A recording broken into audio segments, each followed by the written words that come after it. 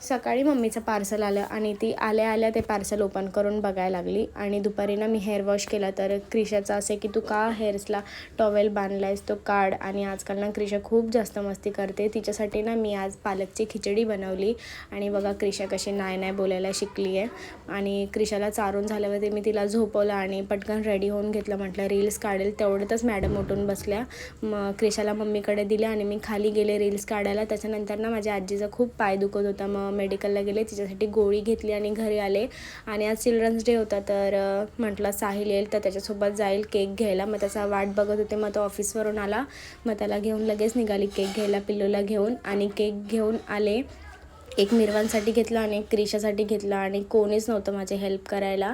मग एकटीनेच बलून्स वगैरे फुगवायला घेतले आणि मीच सर्व हे केलं. आणि आज ना बिल्डिंग खाली पण मस्त सेलिब्रेट करत होते चिल्ड्रन्स डे. आणि क्रिशा कशी दिसते नक्की कमेंट करून सांगा.